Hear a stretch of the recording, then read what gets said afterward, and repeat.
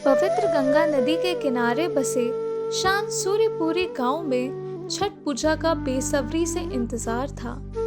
परंपरा और भक्ति में डूबी महिला काव्या को एक दुविधा का सामना करना पड़ा, क्योंकि उनके पति अर्जुन बीमार पड़ गए। मैत्री देवी, जो प्राचीन महाभारत की कहानियां सुनती थी, उनकी बुद्धि में सांत्वना की तलाश में उन्होंने 3 दिवसीय उपवास, शुद्धिकरण और भक्ति का एक अनुष्ठान शुरू किया। इन कथाओं में पांडवों की रानी द्रौपदी के बारे में कहा गया है कि उन्होंने छठ पूजा को तपस्या के एक शक्तिशाली रूप के रूप में मनाया था।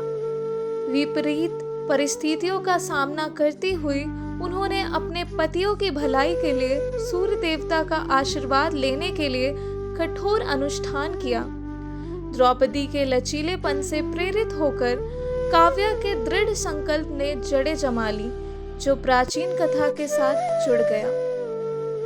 इस त्योहार का इतिहास प्राचीन काल से चला आ रहा है, जिसकी शुरुआत भारत उपमहाद्वीप के मध्य में, विशेष रूप से बिहार, उत्तर प्रदेश और नेपाल के कुछ हिस्सों में हुई थी।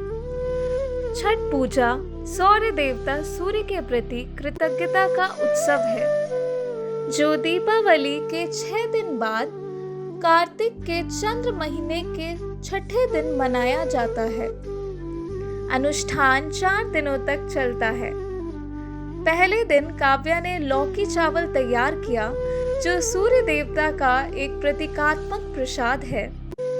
दूसरे दिन उसके व्रत की शुरुआत हुई। शाम को गुड़ से बनी खीर का भोजन किया गया।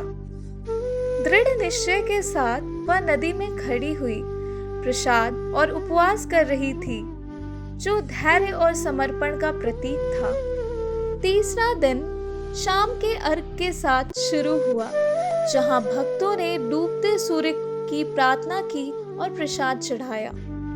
अंतिम दिन सुबह के अर्घ के साथ ऐसे शुरू हुआ मानो गांव भजनों और श्रद्धा से गूंज उठा।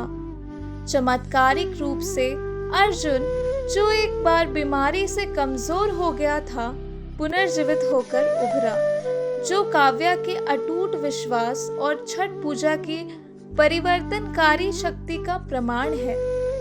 सूर्यपुरी का उत्सव एक किंवदंती बन गया, जो पीढ़ियों से गूंज रहा है।